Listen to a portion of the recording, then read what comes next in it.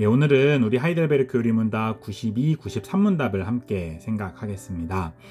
율법에 관한 내용이거든요. 율법이라고 하는 것은 하나님의 법을 말하죠.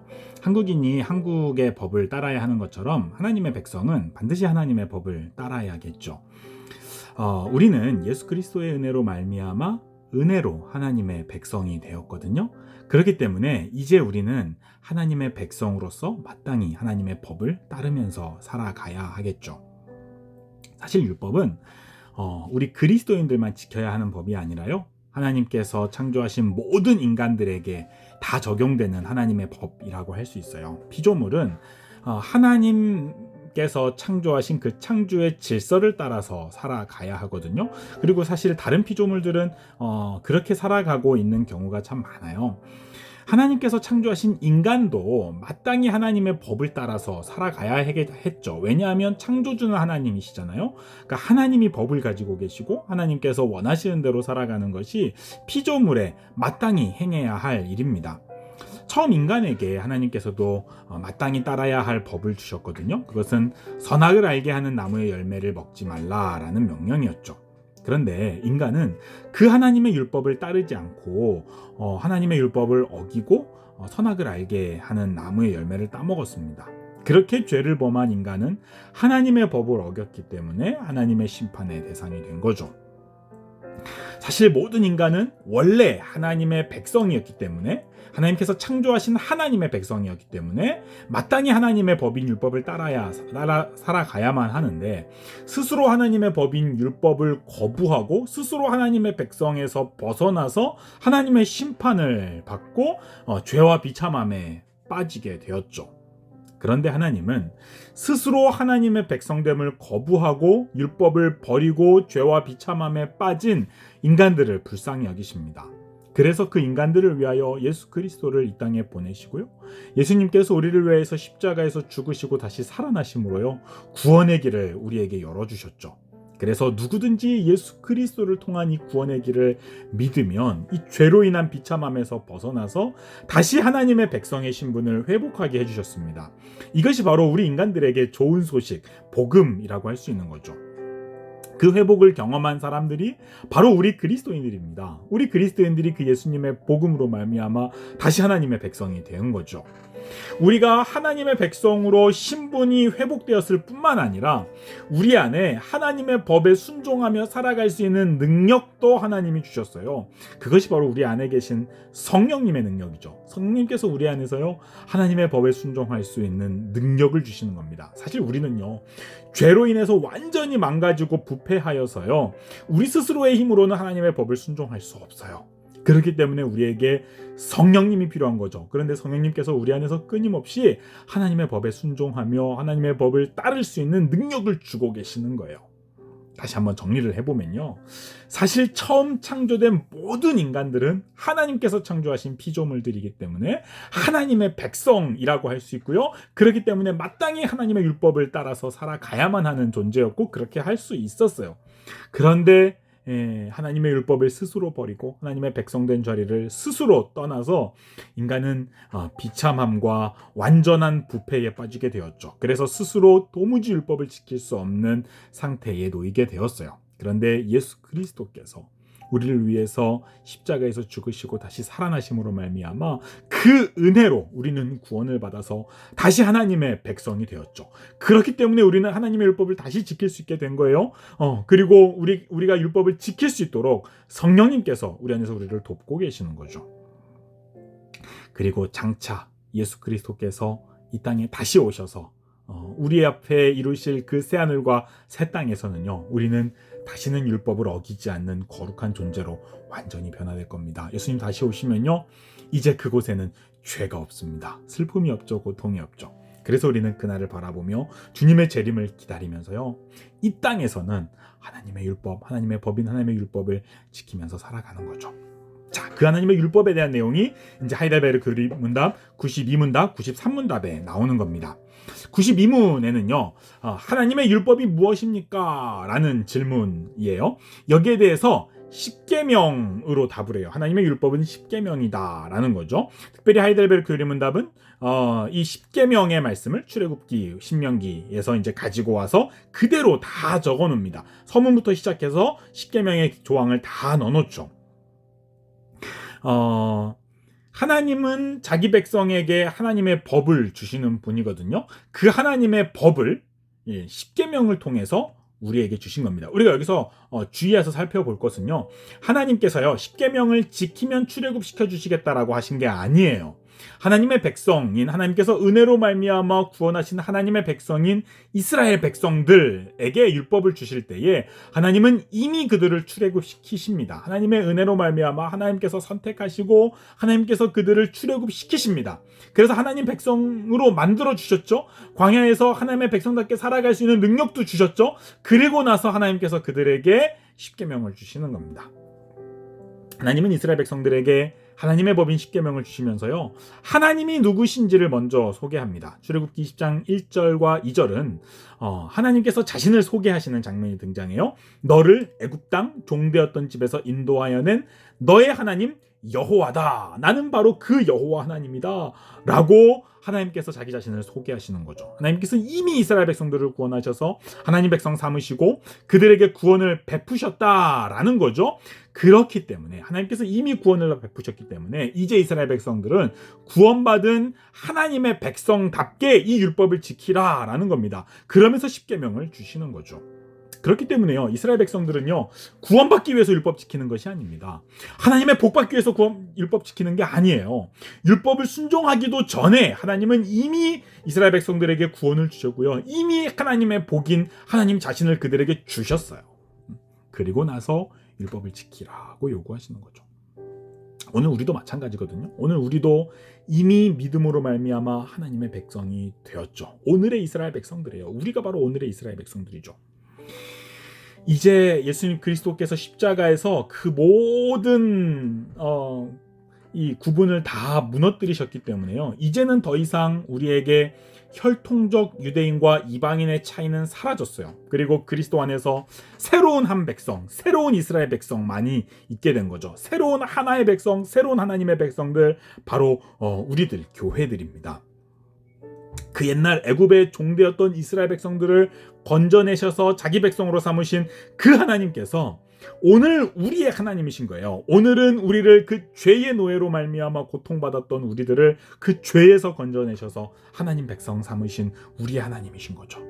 그리고 이미 우리를 구원하신 후에 우리에게, 구원받은 우리에게 하나님의 백성답게 살아가라고 하나님의 백성의 법인 십계명 율법을 주시는 겁니다. 그렇기 때문에 우리가 꼭 기억해야 될 것은요, 우리가 율법에 순종하는 것은 구원받기 위해서가 아닙니다. 우리는 이미 구원을 받았기 때문에 율법에 순종하는 거죠. 우리가 더 큰 복을 받으려고 율법에 순종하는 것도 아닙니다. 사실은요, 하나님께서 우리에게 주신 모든 복은요, 하나님의 자녀됨 안에 다 들어 있습니다. 하나님이 우리 아버지이신데요, 이것보다 더 큰 복이 어디 있을까요? 하나님이 우리 왕이신데요, 우리가 하나님의 백성인데요, 이것보다 더 큰 복이 어디 있을까요? 우리가 율법에 순종하면 하나님께서 그 보상으로 우리에게 더 큰 복을 주신다라는 생각은 아주 잘못된 생각이고, 이건 이방인들이나 아주 불신자들이나 하는 잘못된 생각이죠. 사실 하나님을 모욕하는 거예요. 하나님은 그런 분이 아니거든요. 다만 우리가 하나님의 법인 이 하나님의 율법에 순종하여서 하나님의 백성답게 살아가면요, 하나님의 백성들에게 하나님께서 이미 약속하신 하나님의 복을 더 풍성하게 누릴 수 있게 되는 겁니다. 하나님의 법을 지키며 살아가는 것이요, 하나님의 복을 누리는 길이기 때문에 그렇죠. 이미 주신 복을 누리는 방법이 바로 하나님의 율법을 지키는 길이다라는 겁니다.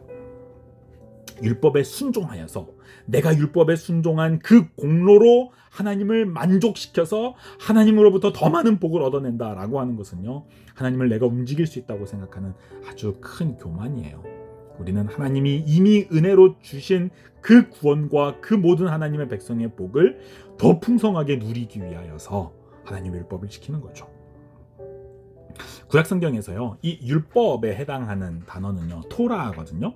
이 단어는 하나님께서 정하신 법, 절차, 규례라는 의미로 사용이 됩니다. 또 이 율법은요, 하나님의 교훈, 하나님의 가르침이라는 의미로도 사용되죠. 그러니까 하나님의 율법이라고 하는 것은요, 모든 하나님의 교훈, 모든 하나님의 가르침을 말해요. 그러니까 성경에 나오는 모든 하나님의 가르침, 성경이 우리에게 가르치는 모든 하나님의 규례와 절차들이 다 사실 하나님의 율법이에요.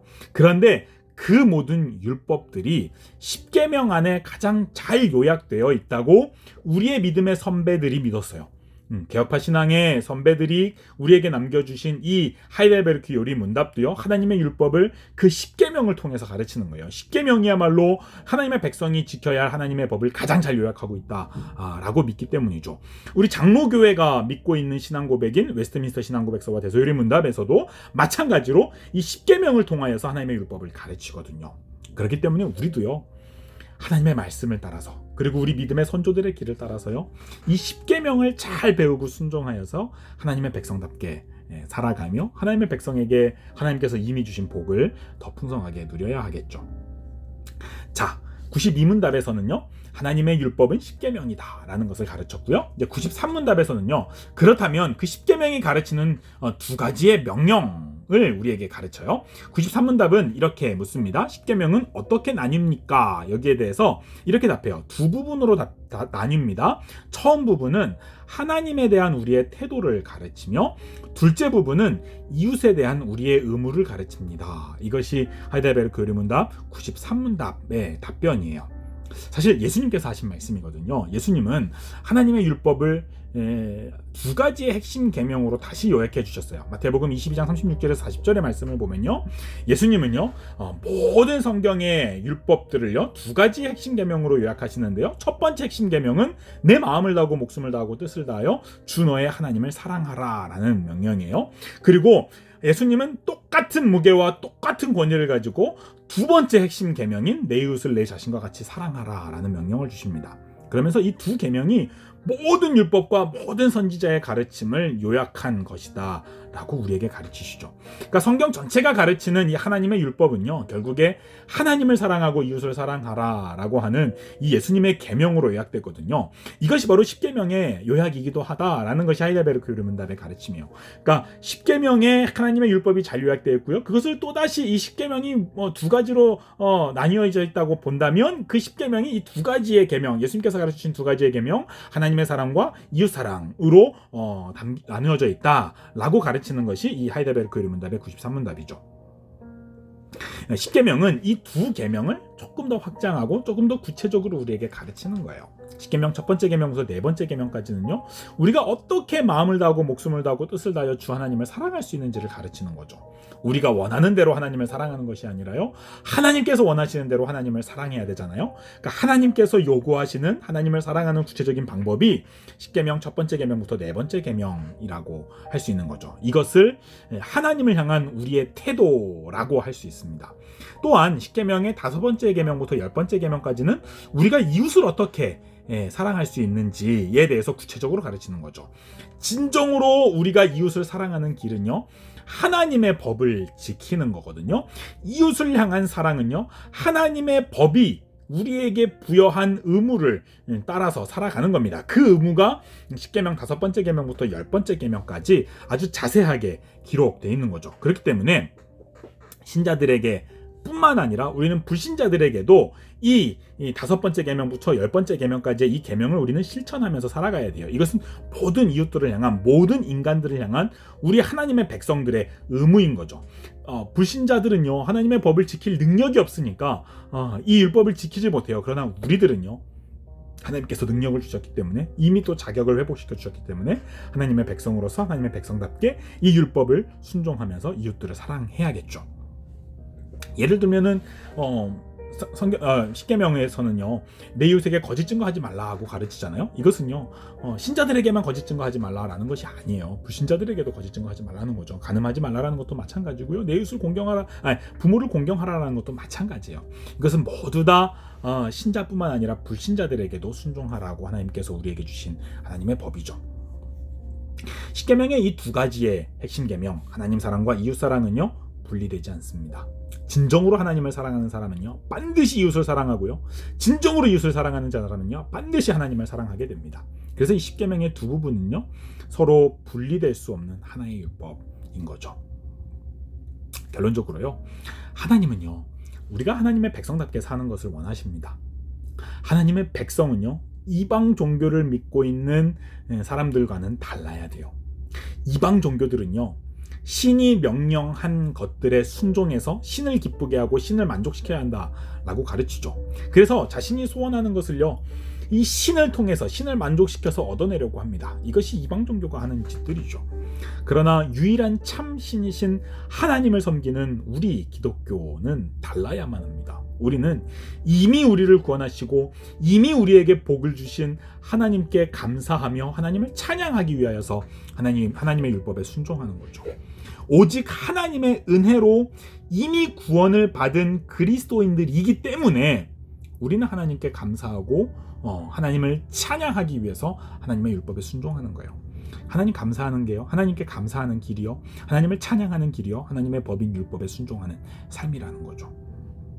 그 하나님의 법인 율법에 순종하는 것을 구체적으로 우리에게 가르치는 것이 십계명이다라는 것이 이 하이델베르크 율문답의 가르침이에요.